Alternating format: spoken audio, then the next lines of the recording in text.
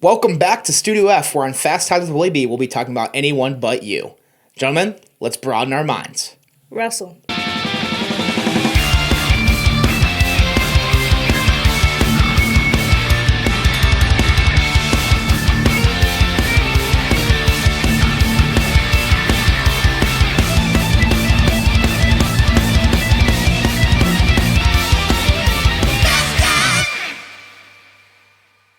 Welcome back to Fast Times with Willy B. Today we'll be talking about anyone but you, and I got Britani on Fast Times here today. Britani, how we feeling? Good. Just got out of the theater, a little double feature action, and rom-com and superhero movies don't usually match up very well together, and they didn't in this case. But let's hop into Anyone But You. Directed by Will Gluck. He's got himself a resume when it comes to comedies.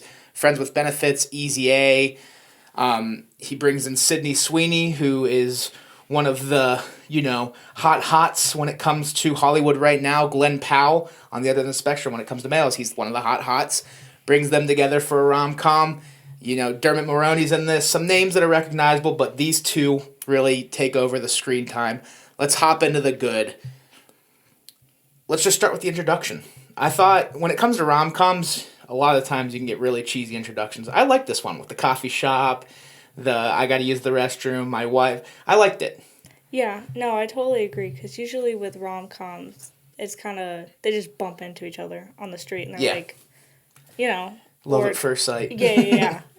It was a funny intro. Yeah, it kind of created a reason to, give this guy a chance, and I liked it. So Sydney Sweeney plays our main character, B.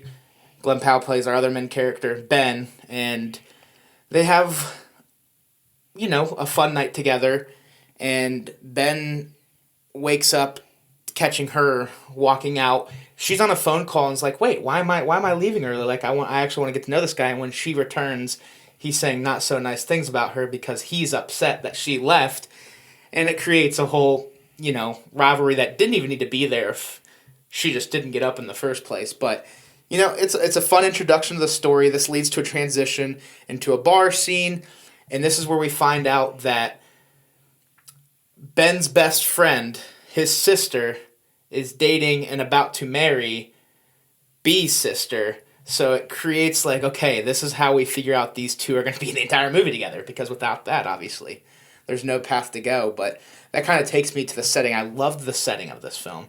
It takes place in Australia for the most part once we get to the wedding destination, and it was beautiful. Oh, beautiful. The beaches and the water. I was jealous. Yeah, we talked about it. Would love to go to Australia, but it's just scary because every single thing in water and on land can kill you. Well, they got the box jellyfish, great white sharks, spiders, snakes, yeah, everything. But it looks gorgeous. And if you're running a commercial to visit Australia, this is a movie to play. I mean, they showed off the best. Great cinematography, great camera shots. Loved everything Gluck did there. Now let's hop over to the comedy side of things. So rom-com. There were a lot of funny parts in this movie. The comedy was pretty good. It hit most of the time for me. Yeah, no.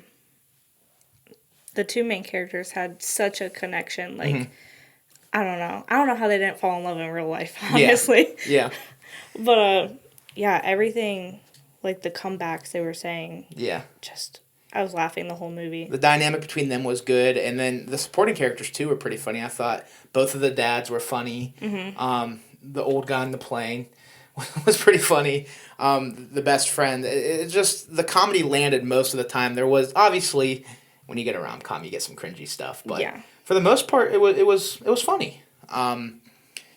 Touching on the dynamic you mentioned with Glenn Powell and Sydney Sweeney, I thought Glenn Powell stole the show. I 100%. thought he was the best part of this film. Sydney Sweeney had her moments, but when they were on screen together, I think is when they were at their best. I thought they had a really good on-screen dynamic. I totally agree. Yeah.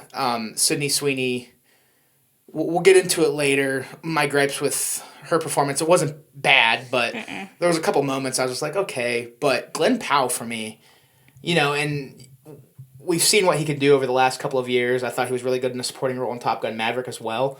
And right here, he blew me away once again. Yeah, no, he has a lot of range. I feel like he can play anyone. I'm glad he's starting to get, more lead roles, too. I would have liked to see even more of him in Top Gun Maverick. and what he did with the screen time he had, I thought was awesome. But he did a fantastic job with this, and I mean, like I said, for me, he stole the show. And I know for most, guys, it would probably be Sydney Sweeney stealing a show, but Glenn Powell, I mean, every time he was on screen, I think was when the movie was at its best. I thought he had great line delivery. I thought he was hilarious when, it was his turn to crack a joke. And I just thought the best of the best was when he was on screen. Yeah, no, I totally agree with you. I'm not saying, she was bad in this movie, but I think the movie's going to have such a high rating because he is in it. Yeah. And shirtless. Had to throw that in there. Yeah. No, he did a great job, and, he's also another thing I liked about this movie a lot, the soundtrack was pretty good. There were some songs, I didn't recognize. It was mostly a commercialized, there was no score behind this. It's a rom-com. So it was mostly all commercialized music, but obviously his, Serenity song? Yeah. Unwritten by Natasha Bedingfield. I love that song personally. Whenever it plays at a bar, I go crazy, and I think that just added to his character. Yeah. A little bit more. It shows a sensitive side because, yeah. guys like to have up a wall. It was funny. I mean, most of the movie, his character portrays what is basically a fuckboy. Yeah. And to see that side of him, that, I'm scared of heights, and to call myself, I play Natasha Bedingfield, I'm like, right there with you, man. But, obviously other great songs, we get some Mac Miller in here. Any bar scene, we got, today's hits, but pretty good soundtrack, fit with the theme of the movie, fit with the time of the movie, everything fit pretty well on that side of things. When it comes to the good, like I said, I mean, I don't think it did anything to set itself apart as far as rom-coms go. It kind of just, did the same mold of rom-coms, but the comedy hit for the most part, and, I mean, there was a romantic element to it. So when it comes to the realm of rom-coms, I think it did what you expect. Yeah, no, I'm gonna be honest. When I came into it, I was like, this is just another rom-com. Yeah. Two strangers, they're gonna fall in love, they're gonna have a fight, and then they're gonna find their way back to each other. But it had a different plot too. It wasn't just this is a rom-com, you know what's going to happen. Yeah. And, I've seen rom-coms that even fit a similar mold, all right, we're going to fake to be together so you can make them jealous and I can get them off my back, or they're both trying to make somebody jealous and they end up falling in love. But it's still, set itself apart, the unique setting, a good cast, good dynamic, and like I said, it helps that the comedy landed for the most part. And like I said, there were some cringy jokes, but for the most part, it was a pretty funny movie. That always helps out a rom-com. Mm-hmm. I mean, it's not really a rom-com without the com, right? Right. For me, that's all I have in the good category. Is there anything you'd like to add on the side of good? No, they had a good cast, Yeah. You had people who have been acting for years. You had some new faces. Yeah. I liked it a lot. Yeah, I didn't think there was a bad performance at all. So we'll hop over to the meh. For me, in the meh category, it was some of the dialogue, and it's not when they were even trying to be funny. It was more of the serious dialogue. For the most part, was funny. Especially a scene I can point out is after the one night stand, and it transitions. I love the transition here. It transitions to a bar, and it says 6 months later on a neon sign in the bar. I thought that was a sweet transition, and a sweet way to say 6 months later. But when they finally get face to face again, and they obviously know each other, when they're fighting, some of the dialogue here is super bad. I'm like, okay, but their bickering went on way too long. Yeah. I was like, just in that bar scene too. I'm not saying every time they bickered it was bad. Yeah. That bar scene was just one that stuck out to me, and it was okay, you could have cut this 5 minutes ago, and we could have just rolled on with the story. And it's not a very long movie. I thought it was very well paced. Quick hour and 44. It felt quick. Yeah. But that scene right there just seemed to drag, and I think it's because the dialogue was just not written that well right there. Yeah, no, I totally agree. But that's all I have for the meh category. Like I said, there's a lot of things to like with this movie. There's a lot of nitpicky things, but some of the nitpicky things actually fall in the bad for me. I don't know if there's anything you'd like to add in the meh. Like things that you wouldn't classify as bad, but not good I don't either. want to, like, diss on her. It's just her facial expressions when it came to the serious stuff. Like, Yeah. you could see on Glenn's face that he's He's a better face actor. yeah, I mean, he's been acting longer than she has, and she's still kind of new, but not new. I mean, this is is this her first major, like, lead out, like, movie-wise? Because obviously she has a prominent role in Euphoria, but... Yeah, and then she has that, what's Madam Web coming out? Coming out. So this is her first, like, major lead role in a movie. Yeah. So, you know, to each their own. You gotta give her a little bit of slack there, but still. Yeah.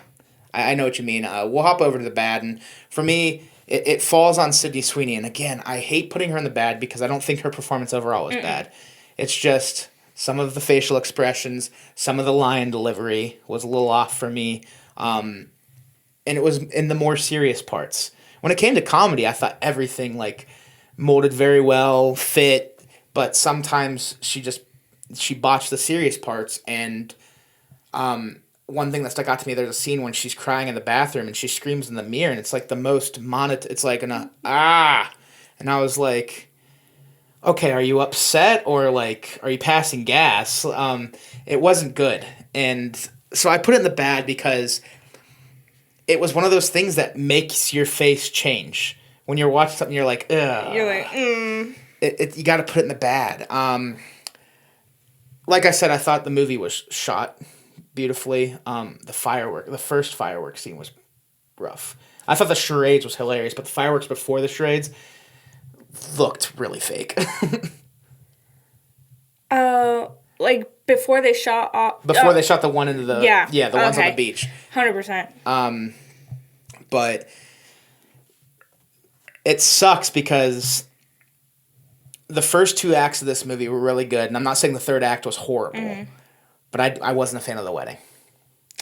Yeah, no. I think the wedding was small, but like we were talking about earlier, how no sister is just going to be like, I'm having such a bad day. This guy doesn't want to be with me.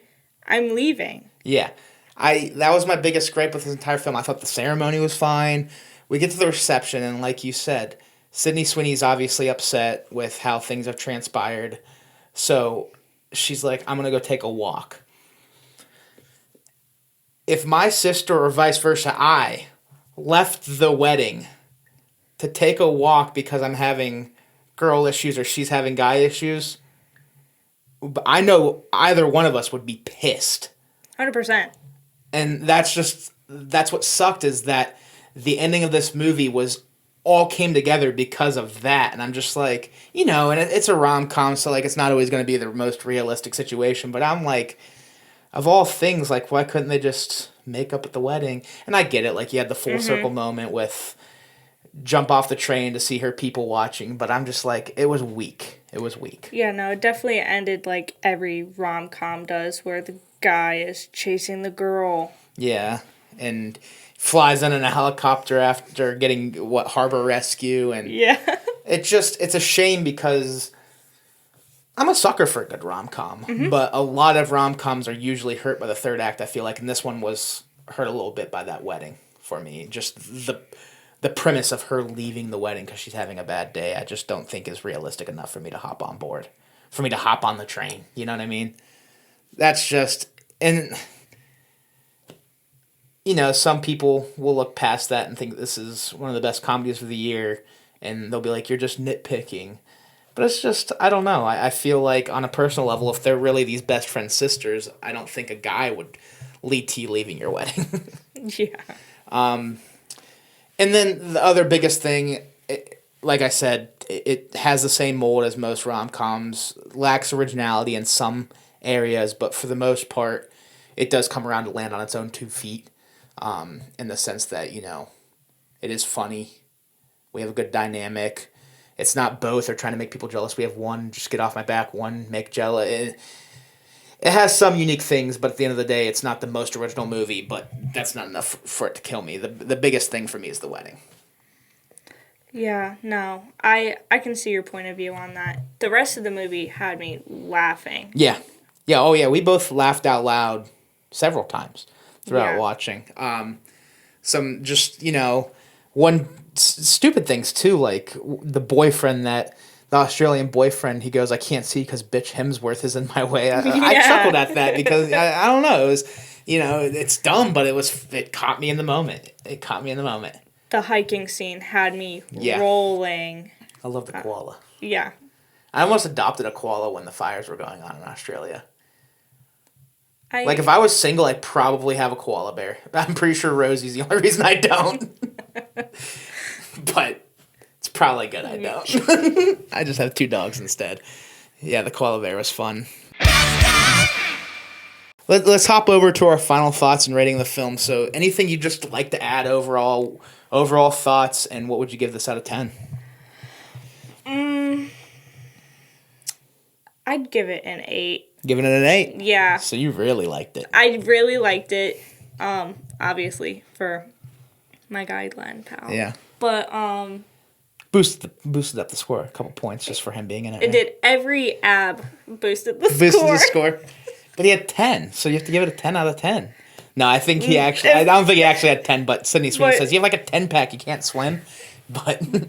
But no, like I said, every rom-com has the same plot, and I think that's what... has its tropes, yeah. But... So you liked it a lot. For me, I was enjoying it a lot until that wedding. But I still didn't hate it. I was between a 6 and a 7. I don't know where I want to land on it. I'm more towards like a high 6, low 7. So like it was a good movie. 8 for me is great, and I didn't think it was great, but I thought it was good. I thought it was a good film. I would recommend everybody watching it once, especially if you're a fan of rom-coms. You'll definitely enjoy it. If you're a fan of Glenn Powell or Sydney Sweeney, you'll enjoy it. But I don't think it was like anything groundbreaking enough for me to give it more than a 7. Right. But like I said, I still enjoyed it. I feel like when we got there, you said there's a lot of middle-aged women here, and it's because of Glenn. But then the guys that were there, pretty sure they were hoping she would have her shirt off. You get a couple. You get a couple topless. You get his ex-girlfriend is topless more than she is, but there's a little bit of slippage in the one intimate scene. But I was surprised when I walked in to see the average age of the crowd probably being over 50.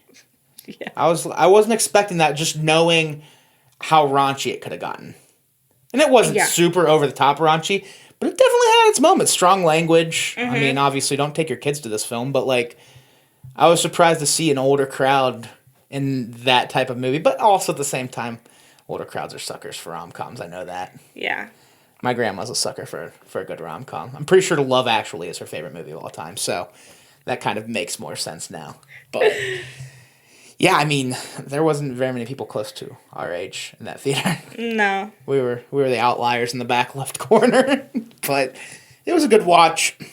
Definitely the better watch of the two today, which that's for another day. But yeah, at the end of the day, Anyone But You is a movie that I would recommend to anyone above the age of 18. Yeah. No. I mean, not even that, I would say, if you're in high school or more. I'm not one of those people that's like, oh, if you're 15, you shouldn't be watching F-word movies. Like, right. Well, when I was younger, I always felt like I had to go with someone to a rom-com. Yeah. But really, you don't need anyone for this movie. You're going to laugh. You're going to have moments where like, aha. Yeah. I get it. Are you saying you didn't need me there? Thanks. No. I know what you mean, though. Like, there were times where I felt like, Yeah. It's a good watch. At the end of the day, it's a good watch. Yeah. That's all you can say. I don't think the third act, or I shouldn't even say the third act, because it wasn't even the whole third act. It was mainly just that part of the wedding. It hurt a little bit for me, but like I said, I don't think that's going to hurt it for most people. It didn't hurt it for you enough to give it less than an 8, and I don't think for most people it will. It's just, I'm a big guy when it comes to, the feasibility and plausibility of a plot. And obviously, if it's a sci-fi movie, that's different. But like, this movie obviously takes place today. It's current, and I just You know what actually Wasn't sure how I felt about that. made me a little bit, and it was the ending where they were all singing. Oh, And Unwritten. I didn't expect her to sound like Beyonce or anything, but just the way she wasn't even singing it; she was just saying the words. Oh, Sydney Sweeney. Yeah, and I loved when Glenn Powell and the Australian boyfriend are in the outside shower singing it together. I was like, okay, there we go. Bitch Hemsworth and Glenn Powell come together. I loved that line. But yeah, like I said, good movie. Is there anything you'd like to, any final thoughts on Anyone But You before we wrap up this episode of Fast Times? Oh, no. It was a good movie. For sure. That's it for Anyone But You, but thank you, Brittany, for coming on. Yeah. It was Thanks fun for having me. double featuring with you. If you like what you're watching, please check out the other videos over here, Out of Theater Reactions. Click the subscribe button, hit the like, comment. Social links in the description below. Hit follow. Why not? If you like what you're seeing, you might as well follow. But we appreciate everyone that watches, and we'll talk to you all soon. Peace.